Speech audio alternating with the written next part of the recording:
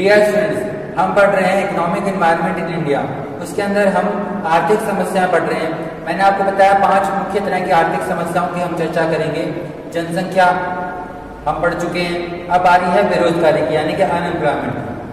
तो poverty, population, unemployment, regional balances और parallel economy हमको पढ़ना था। उसके अंदर जनसंख्या की चर्चा तो हम कर चुके हैं। अब ये जो समस्या है अनएम्प्लॉयमेंट की, ये जो कोरोना काल चल रहा है, इसके अंदर तो बहुत ज़्यादा उभर कर सामने आई है। जब बिल्कुल लॉकडाउन था उसके अंदर आपने देखा कैसे बेरोजगार हो गए, कितने मजदूरों का काम चला गया। सिर्फ मजदूरों की बात नहीं है, उनको आपने सड़कों पे देखा, इसलिए शायद उनकी बेरोजगारी आपको ज़्यादा दिखी, लेकिन ऊपर से नीचे तक हर तबके का नुकसान हुआ। बहुत सारे लोग जो हैं, बिजनेसमैन हैं, बड़े बड़े एंटरप्रेन्योर हैं, उनका भी नुकसान हुआ।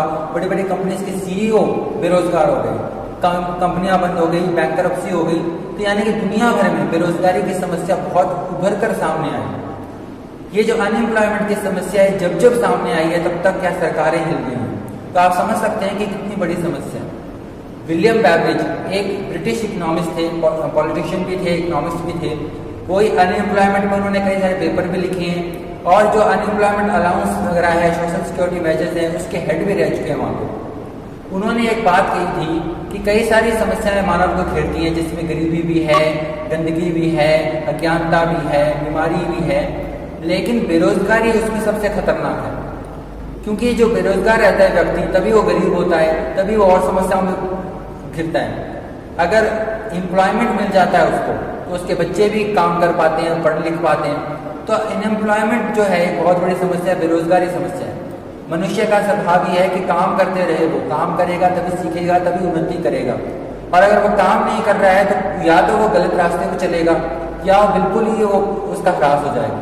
तो पतन के रास्ते पे चला जाता है अगर व्यक्ति बेरोजगार है। इसलिए हम इस अनएम्प्लॉयमेंट की समस्या को समझते हैं, क्योंकि आर्थिक विकास के लिए रोजगार का सृजन बहुत आवश्यक है। मनुष्य के खुद के विकास के लिए, समाज के विकास के लिए और किसी देश के विकास के लिए वहाँ पर ज़्यादातर लोग काम काज करने वाले होने चाहिए। अच्छा काम करें, उनके मन मुताबिक उनको काम मिले तो वो खुश भी रहेंगे, अच्छे से काम भी करेंगे और देश का विकास भी होगा। अब बेसिकली अनएम्प्लॉयमेंट यानी कि बेरोजगार, ये क्या है? अनएम्प्लॉयड व्यक्ति होता कौन है, बेरोजगारी होती क्या है, उसका सही डेफिनेशन क्या है? बहुत से लोग हैं देश में, जनसंख्या बहुत बड़ी है, लेकिन हम जब बेरोजगारी की बात करते हैं तो सबकी बात नहीं करते। इसके अंदर अनएम्प्लॉयमेंट में वही आता है जो व्यक्ति काम करना चाहता है, विलिंग टू वर्क, और काम कर सकता है, एबल टू वर्क, उसको काम नहीं मिले तब हम कहते हैं कि वो बेरोजगार है। काम नहीं करना चाहते या फिर जो काम नहीं कर सकते, जैसे बिल्कुल ही अनेबल है, डिसेबल है, बूढ़े हैं, बहुत ज़्यादा छोटे छोटे बच्चे हैं जो काम नहीं कर सकते, उनकी हम यहाँ पे बात नहीं करते। हम बात करते हैं लेबर फोर्स की। कितने लोग काम करने लायक हैं, सक्षम हैं, काम करना चाहते हैं, उनमें से कितनों को काम नहीं मिलता, वो है अनएम्प्लॉयमेंट रेट। यानी कि टोटल लेबर फोर्स में कितने लोग काम नहीं कर पा रहे हैं क्योंकि उनको काम नहीं मिल रहा है। वो काम करने के इच्छुक हैं, एग्जिस्टिंग वेज रेट पे काम करने के इच्छुक हैं, काम कर सकते हैं, लेकिन काम नहीं मिल रहा, तब हम कहते हैं ये व्यक्ति बेरोजगार है। स्वैच्छिक रूप से अगर कोई व्यक्ति काम नहीं करना चाहता, आलसी है, काम करने गया ही नहीं, उसने ट्राई ही नहीं किया, या फिर वो लोग जो कर नहीं सकते, हम उसको वर्क फोर्स में शामिल नहीं करते, तब हम उनको अनएम्प्लॉयमेंट रेट में भी काउंट नहीं करते। तो अनएम्प्लॉयमेंट रेट की बात जब आती है, बेरोजगारी दर की बात आती है, तो इन लोगों की बात आती है। अब बेरोजगारी के कई प्रकार हैं। भारत के अंदर बेरोजगारी को समझने के लिए, इस समस्या को समझने के लिए इसके प्रकारों को समझना बहुत जरूरी है, क्योंकि जब तक हम इसके टाइप्स नहीं समझेंगे, हमें ये नहीं समझ में आएगा इसको सॉल्व कैसे करना है, क्योंकि इसके कारण है वो इसी में छुपे हैं। अब एक चीज होती है साइक्लिकल अनएम्प्लॉयमेंट। साइक्लिकल अनएम्प्लॉयमेंट के अंदर क्या होता है, बारी बारी से, यानी सीजन के हिसाब से, तेजी मंदी के हिसाब से लोग काम में लग जाते हैं और बेरोजगार हो जाते हैं। एक चीज होती है जो उससे अलग होती है, वो सीजनल अनएम्प्लॉयमेंट। सीजनल, अब ये जो सीजनल है यानी कि मौसमी बेरोजगारी, भारत में इसका बहुत बड़ा महत्व है, क्योंकि भारत में क्या है, ज्यादातर लोग खेती से जुड़े हुए हैं और खेती क्या है, जनरली सीजनल होती है। तो भारत में क्या है, समस्या ये रहती है कि कुछ समय के लिए तो लोग काम में लगे रहते हैं, लेकिन जब ऑफ सीजन हो जाता है तो वो बेरोजगार हो जाता है। ये भी एक समस्या। कई बार क्या है, इस प्रकार की जो समस्या है, जो सीजनल है, मौसमी बेरोजगारी है, ये नोटिस में नहीं आता। जब व्यक्ति हमेशा ही बेरोजगार रहता है तो एक प्रकार से उसको समझ में भी आता है कि वो बेरोजगार है, तो सरकार भी उसको देखती है। जब इस प्रकार की एक वर्कफोर्स रहती है जो सीजनल है, यानी कि जो एक पर्टिकुलर टाइम में बेरोजगार होती है, तब वो कहीं ना कहीं समस्या की ग्रेविटी नहीं समझ पाते, समस्या कहीं ना कहीं दब जाती है। तो भारत में क्या है, खेती पे लोग निर्भर हैं और खेती में मौसम पे निर्भर है, एक कुछ सीजन में ही लोगों को काम मिलता है। तो इस प्रकार की जो समस्या है वो काफी गंभीर हो जाती है, लेकिन नोटिस में नहीं आती। तो ये सीजनल थी, इसको भी आप समझें। दूसरी चीज जो भारत में एक समस्या उत्पन्न करती है वो है डिस्गाइज्ड अनएम्प्लॉयमेंट।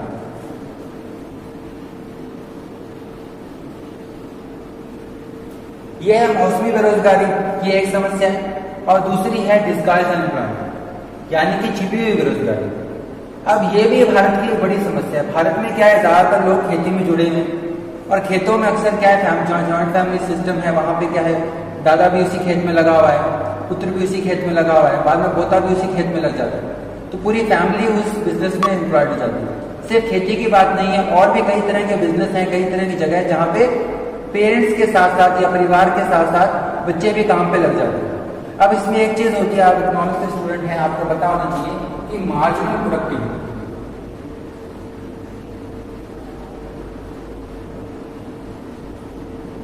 सीमांत उत्पादकता, मार्जिनल प्रोडक्टिविटी सीमांत उत्पादकता। अब जो ऐसे लोग हैं, यानी कि एक व्यक्ति की जरूरत है, दो व्यक्तियों की जरूरत मान लीजिए, वहां पे उनके बच्चे लग जाते हैं या किसी कोई और व्यक्ति भी उनका काम करने लग जाते हैं। अब उनके जो एक्स्ट्रा प्रोडक्शन है, जो मार्जिनल प्रोडक्शन है, वो नील रहती है, जीरो रहती है। इसको ऐसे समझते हैं कि अगर दो व्यक्ति खेत में लगे हुए हैं और 20 टन उत्पादन कर रहे हैं, अब एक तीसरा व्यक्ति जुड़ जाता है और उत्पादन 20 ही रहता है, क्या है, चलो मान लेते हैं, चलो भाई 21 हो गया। अब यहाँ पर क्या है कि वो कोई खास कंट्रीब्यूट नहीं कर रहा, ये जो प्लस वन हुआ है ये कोई खास कंट्रीब्यूशन नहीं कर रहा। अब उसके बाद ये मान लेते हैं कि उसी खेत में उनके पोते बच्चे और भी लोग, महिलाएं भी जो करती हैं वो भी एम्प्लॉयड हो गई। अब 5 लोग उसी खेत में लगे हुए हैं, 6 लोग, 7 लोग, 8 लोग, बहुत सारे लोग जो परिवार के सारे उस खेत में काम कर रहे हैं और ये सब समझ रहे हैं कि हम सब काम लगे हुए हैं, रोजगार है हमारे पास, हम क्या करते हैं, खेती करते हैं। अब इसी तरीके से बिजनेस में भी एक व्यक्ति है जो शॉप संभाल सकता है, लेकिन उसका बेटा काम पे लग गया, उसके साथ दुकान पे बैठ गया, अब बिजनेस कर रहा है, लेकिन बिजनेस में जो एक्स्ट्रा रेवेन्यू जनरेट नहीं हो रहा, जितनी सेल्स पहले हो रही थी उतनी ही हुई। अब उसकी जगह, उस व्यक्ति की जगह वो अगर किसी लेबरर को रखता, किसी और व्यक्ति को रखता जो उतना वो काम कर सकता, उसका हैंडल कर सकता, तो 5,000 में भी लग जाता, 6,000 में भी लग जाता। लेकिन अब वो खुद का फैमिली मेंबर लगा हुआ है, वो फैमिली में है लेकिन रेवेन्यू कोई खास जनरेट नहीं कर रहा, लेकिन एज अ मैनेजर लगा हुआ है और अपने फादर की कोई हेल्प नहीं कर पा रहा है उसके अंदर। तो एक्चुअली क्या, सेल्स में कोई इंक्रीज नहीं हुआ, तो मार्जिनल सेल्स तो कोई हो नहीं, कोई उसने इंक्रीज प्रोडक्शन किया नहीं, ना उसने कोई सेल्स इंक्रीज की। तो ऐसे में वो व्यक्ति क्या है, सिर्फ नाम का काम कर रहा है, छिपी हुई बेरोजगारी है। अगर वो बिजनेस जानता है, बिजनेस कर सकता है, अगर टैलेंटेड है, तो अपना अलग से बिजनेस करेगा, तब वो सही में फ्रूटफुल होगा। अब तो वो ऐसा काम कर रहा है जो कोई और भी व्यक्ति कर सकता था, या फिर शायद इसकी जरूरत भी नहीं है, लेकिन वो अपनी आप में, अपनी नजरों में काम कर रहा है। ये क्या है, छिपी हुई बेरोजगारी। आप कोई भी मार्जिनल प्रोडक्टिविटी में प्लस नहीं कर रहे, इंक्रीज नहीं कर रहे, या कर रहे हैं तो बहुत नेग्लिजिबल कर रहे हैं। ऐसे में क्या है, आप कोई पर्पज नहीं हुआ, आपका कोई काम नहीं हुआ, लेकिन आप लगे हुए हैं, आप अपनी नजर में, क्या पता सोसाइटी की नजर में भी क्या है, आप एम्प्लॉयड हैं। तो भारत में ये जो छिपी हुई बेरोजगारी है और ये जो मौसमी बेरोजगारी है, ये काफी हद तक दिखती है, खास करके रूरल सेक्टर में, एग्रीकल्चर सेक्टर में ये समस्या काफी बड़ी है। इसके अलावा जो ये डिस्गाइज एम्प्लॉयमेंट है, ये बिजनेस फैमिलीज में भी काफी देखा जाता है और इसकी वजह से हम ट्रू स्टेटस नहीं समझ पाते कि बेरोजगारी का सही स्टेटस क्या है। ये इस प्रकार की 2 मेन समस्याएं भारत के अंदर बेरोजगारी में देखी जाती है, इसलिए मैंने आपको ये समझाया। अब इसके अलावा कई और चीजें भी रहती हैं, जैसे कि फ्रिक्शनल अनएम्प्लॉयमेंट। अब फ्रिक्शनल अनएम्प्लॉयमेंट क्या होता है, उसके अंदर आप टेम्परेरी तौर पर आपको काम नहीं मिल पाता, एक काम छोड़ के दूसरा काम ढूंढने में जितना टाइम आपको लगता है उसको कहते हैं फ्रिक्शनल अनएम्प्लॉयमेंट। एक चीज होती है स्ट्रक्चरल अनएम्प्लॉयमेंट, जब स्ट्रक्चर्स में चेंज आता है, शिफ्ट्स आते हैं इंडस्ट्री में, उसकी वजह से काफी लोग वर्कफोर्स से बाहर हो जाते हैं, उसको कहते हैं स्ट्रक्चरल अनएम्प्लॉयमेंट। अब भारत के अंदर बेरोजगारी के कई प्रकार हैं, मैंने आपको बताया, जिसके अंदर क्या समस्या के रूप में आप देख सकते हैं कि ये समस्याएं सीजनल और डिस्गाइज, ये इसलिए इंपॉर्टेंट इसलिए हो जाते हैं क्योंकि इसके अंदर चर्चा कम होती है, ये बातें उभर के सामने नहीं आती। जो कंप्लीटली अगर अनएम्प्लॉयमेंट आ जाता है, कोई सेक्टर बंद हो गया, मान लीजिए कोई आउट ऑफ टेक्नोलॉजी चली गई है, सेक्टर पूरी तरह से बंद हो गया, तो वो चर्चा में आ जाता है। इसके अलावा जनरल वर्कफोर्स में जो समस्याएं रहती हैं, बेरोजगारी की समस्याएं रहती हैं, अगर जैसे कोविड पीरियड था उसके अंदर जो समस्या आई, बेरोजगार हो गए लोग, तो आपको दिखे, सरकार ने भी नोटिस किया। लेकिन ये जो प्रॉब्लम्स रहती है, सीजनल है और डिस्गाइज है, ये कम नोटिस में आती है। हालांकि सीजनल प्रॉब्लम को सॉल्व करने के लिए एक नरेगा कॉन्सेप्ट आया था, उसके अंदर ऐसे लोगों को जब ऑफ सीजन हो तो उनको और कोई काम दे दिया जाता है रूरल सेक्टर में, कोई और कोई प्रोडक्टिव फोर्सेस में उनको लगा दिया जाता है, तो वो इसी समस्या को समझते हुए आया था। लेकिन कहीं ना कहीं आज भी ये समस्याएं छुपी हुई हैं, इन पे ज्यादा काम नहीं है। तो ये चीजें मैंने आपको इसलिए बताई ताकि आपको समझ में आए कि भारत के अंदर मूल समस्या क्या है, या हम ऐसी क्या समस्या है जिसको इग्नोर कर देते हैं। तो बेरोजगारी को समझते समय कई बार उसके आंकड़ों पे जाते हैं, और ये जो डिस्गाइज अनएम्प्लॉयमेंट है या जो सीजनल अनएम्प्लॉयमेंट है, इसकी ज्यादा चर्चा नहीं होती। ऐसा नहीं है कि नोटिस नहीं किया, लेकिन फिर भी ये बात कहीं ना कहीं दब जाती है। दूसरे तरह के अनएम्प्लॉयमेंट है उस पर ज्यादा चर्चा हो जाती है, लेकिन इस तरह के अनएम्प्लॉयमेंट पे ज्यादा चर्चा नहीं होती, इसलिए इस पर मैंने आपका ध्यान आकर्षित किया। अब भारत के अंदर समस्या क्या है, बेरोजगारी की समस्या कैसे है, क्या उसके पीछे कॉजेज हैं, कारण क्या है, उसको थोड़ा हम देख लेते हैं। एक तो मैं आपको पहले ही बता चुका हूं, पॉपुलेशन, जनसंख्या। भारत की जनसंख्या इतनी विशाल है और उतने रोजगार सृजन करना आसान नहीं है। इतनी ज्यादा पॉपुलेशन बढ़ गई है हमारी कि उसके बराबर की मैचिंग एम्प्लॉयमेंट अपॉर्चुनिटीज जनरेट नहीं हुई है काफी सालों में, और ये तेजी से बढ़ती जा रही है। जॉब्स जनरेशन हो नहीं रहा है, इसकी वजह से ये समस्या और ज्यादा बढ़ गई है। इसकी जो रेट ऑफ ग्रोथ है पॉपुलेशन की काफी ज्यादा है, और ये जो है इसकी वजह से ही बढ़ता जा रहा है। दूसरा कारण है डिपेंडेंट ऑन एग्रीकल्चर।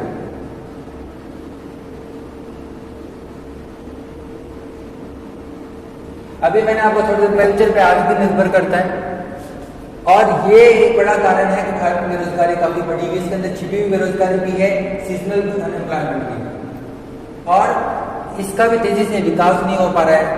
खेती में भी कई तरह की समस्याएं आ रही हैं, जिसकी वजह से खेती से जुड़े लोगों को भी अब रोजगार मिलना मुश्किल हो गया। तीसरी चीज है लैक ऑफ स्किल्स। अब इस पॉइंट को आप गौर से देख लीजिए। हम हमेशा यही बात कहते हैं कि भारत में रोजगार नहीं है, काम की कमी, जनसंख्या बहुत ज्यादा है। लेकिन एक दिलचस्प बात भारत के बारे में है कि यहाँ पे काम है। ऐसा नहीं है कि बिल्कुल काम नहीं है, वर्किंग अपॉर्चुनिटीज नहीं है। होने के बावजूद भी, भारत के अंदर काम होने के बावजूद भी भारत में बहुत लोग बेरोजगार रह रहे हैं। उसका कारण है गुणवत्ता की कमी, कुशल नहीं है। कई तरह के स्किल्स चाहिए होते हैं, लेबर को अलग तरह का स्किल चाहिए, बिजनेसमैन को अलग तरह का स्किल चाहिए, और हर लेवल पर, छोटे से बड़े लेवल पर भारत में कहीं ना कहीं स्किल्स की कमी है। किताबी नॉलेज भी है, एजुकेशन सेक्टर काफी विकास किया है पिछले सालों में, लेकिन अभी भी लोग काम में उसको कन्वर्ट करने की काबिलियत नहीं रखते। आपको जानकर हैरानी होगी कि भारत में इतनी बेरोजगारी होने के बाद भी बहुत सारी चीजों के लिए, बहुत सारे सेक्टर्स के लिए बाहर से लेबर मंगाया जाता है, या फिर वो जो काम है बाहर आउटसोर्स कर दिया जाता है, दूसरे लोग हमारा काम करके देते हैं। तो ऐसी क्या जरूरत पड़ गई कि हमारे लोग होते, इतने सारे लोग होते हुए भी हमको दूसरों को काम देना पड़ता है। कई बार कई प्रोजेक्ट्स को पूरा करने की जो टेक्निकल साइड है उसके लिए बाहर से एक्सपर्ट्स आते हैं, इंजीनियर्स आते हैं, जबकि भारत में इतने सारे इंजीनियर्स अनएम्प्लॉयड हैं। कारण ये है कि स्किलफुल नहीं है। एजुकेशन सिस्टम हमारा इस तरह का है कि डिग्रीज चर्न करता है, लेकिन लोगों को उस काबिल नहीं बनाता कि एक वर्क कर सके, जॉब कर सके, बढ़िया कंपनीज में अपनी पोस्टिंग पा सके। लेबर भी है हमारा, वो भी इनएफिशिएंट है, उतना स्किलफुल नहीं है। एक रिपोर्ट के अनुसार यूरोप के मुकाबले भारत का जो लेबर है वो सिर्फ 1/4 एफिशिएंसी रखता है। तो वहां का जो व्यक्ति काम कर सकता है, जो उसमें स्किल है, क्वालिटी जो है उसके काम करने की, जितना वो जानता है चीजों के बारे में, भारतीय वर्कर उतना नहीं जानता। इसलिए बहुत बार प्रोजेक्ट्स के लिए हम फॉरेनर्स को हायर करते हैं। हमारी फिल्मों में भी हम कई बार क्या फॉरेन एक्सपर्ट्स को हायर करते हैं फिल्म मेकिंग में। तो वो अगर भारत के अंदर स्किल डेवलप हो हर जगह, चाहे वो टूरिज्म हो, चाहे वो फिल्म इंडस्ट्री हो, लोगों को इतना ट्रेनिंग मिले, तो वो लोग वो जॉब्स ले सकते हैं जो हम दूसरों को दे रहे हैं या आउटसोर्स कर रहे हैं, या हम चीजें बाहर से मंगा रहे हैं और भारत में बनाई जा सकती हैं, लेकिन नहीं बना पाते क्योंकि हमको कई बार पहले से जो एंटरप्रेन्योर है उसको पता होता है कि यहाँ पे हमको उस तरह का लेबर भी नहीं मिल पाएगा।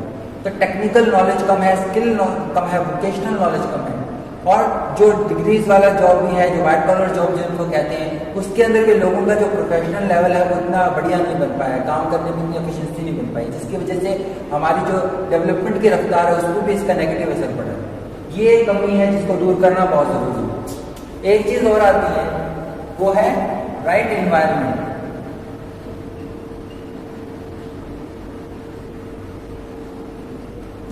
राइट क्लाइमेट चाहिए, बिजनेस का भी एक क्लाइमेट होता है। भारत के अंदर एक बड़ी समस्या है कि बिजनेस जो है, मैन्युफैक्चरिंग है, इंडस्ट्रियल सेक्टर है, उसका ज़्यादा विकास नहीं हुआ, इंडस्ट्रियल डेवलपमेंट उतना नहीं हुआ। आज भी खेती बहुत ज़्यादा बड़ा सोर्स है वर्किंग पॉपुलेशन के लिए।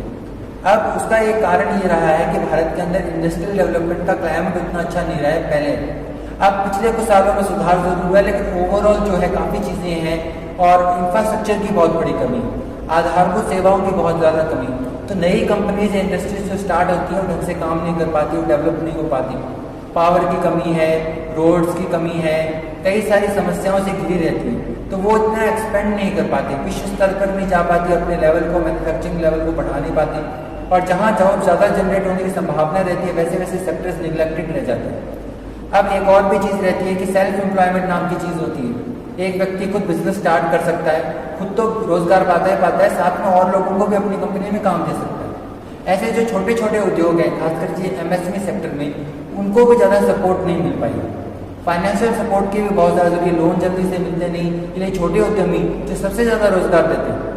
बड़ी कंपनीज बहुत ज़्यादा कैपिटल इंटेंसिव टेक्नोलॉजी यूज़ करती है। जो छोटे छोटे उद्योग हैं, जो एमएसएमई सेक्टर होता है, उन सेक्टर्स के अंदर जॉब्स की ज़्यादा संभावना रहती है, एम्प्लॉयमेंट जनरेशन का स्कोप ज़्यादा रहता है। लेकिन वो सेक्टर खास करके डिमोनेटाइजेशन के बाद और अभी जो कोविड की मार उन पर पड़ी, उन पर काफ़ी नेगेटिव असर पड़ा है। एम्प्लॉयमेंट प्रॉब्लम के लिए क्या जरूरी है कि उस सेक्टर्स का विकास अच्छा से हो, एक राइट एनवायरनमेंट बने। भारत के अंदर कई सारी समस्याएं, बिजनेस स्टार्ट करने से लेकर मैन्युफैक्चरिंग में, इंडस्ट्री में इंफ्रास्ट्रक्चर की कमी है। इसके अलावा रेड टेपिज्म बहुत ज़्यादा है और कई तरह की और समस्याएं, फाइनेंस टाइम पे नहीं मिलता, फाइनेंशियल समस्याएं रहती हैं, जिसकी वजह से बिजनेस ज़्यादा खुलते फूलते नहीं है, छोटी छोटी कंपनियां ज़्यादा फलती फूलती नहीं है और वही ज़्यादा एम्प्लॉयमेंट जनरेट करती है। तो हम मैन्युफैक्चरिंग हब बनना बहुत ज़रूरी है, वो उसमें कहीं ना कहीं पीछे रह गए हैं, जिसकी वजह से भारत में बहुत ज़्यादा बेरोजगारी बढ़ गई है। एक और कारण भी है इसके अंदर, वो ये रहता है कि मोबिलिटी। देखिए, भारत के अंदर कई बार नौकरियां तो रहती हैं और खाली पड़ी रहती हैं, सीट्स वगैरह, जॉब्स भी खाली रह जाती हैं, लेकिन गतिशीलता नहीं है श्रम में। उसके कई कारण है, सामाजिक कारण है, परिवार से जुड़ा हुआ है, इन्फॉर्मेशन नहीं मिलती, बहुत लोगों को जानकारी नहीं मिलती, एक जॉब से दूसरी जॉब में शिफ्ट नहीं कर पाते। इसकी वजह से कई बार ऐसा होता है, कई जगह लोग काम वाले को ढूंढ रहे हैं और कई जगह वो काम को ढूंढ रहे हैं। मोबिलिटी की काफ़ी समय, श्रम की गतिशीलता की भारत में बहुत बड़ी समस्या है। ये कुछ समस्याएं जो बेसिक रीजंस हैं। इसके अंदर आप ये देख सकते हैं कि लैक ऑफ स्किल्स और राइट एनवायरनमेंट, ये एक चीज़ है जिस पे हमको फोकस करना है रीजंस के अंदर। ये एक बड़ा कारण है। पॉपुलेशन की समस्याएं बहुत एड्रेस करनी है। इसके साथ साथ ये जो समस्या, अगर हम देश में ऐसा क्लाइमेट पैदा करें कि ज़्यादा से ज़्यादा मैन्युफैक्चरिंग हब बने, इंडस्ट्रीज का विकास हो, छोटे उद्योगों को हम शक्ति प्रदान करें, अच्छे एनवायरनमेंट प्रदान करें, तो काफ़ी हद तक ये समस्या सॉल्व हो सकती है। भारत के अंदर ये बेरोजगारी के अंदर जो हमको समझना है, ये चीज़ समझिए, लैक ऑफ स्किल्स और राइट एनवायरनमेंट, ये कुछ मेन कॉजेज हैं। वैसे कई सारे कॉजेज दिए होते हैं, लेकिन ये मेन कॉजेज हैं जिसकी वजह से भारत में बेरोजगारी बढ़ रही है।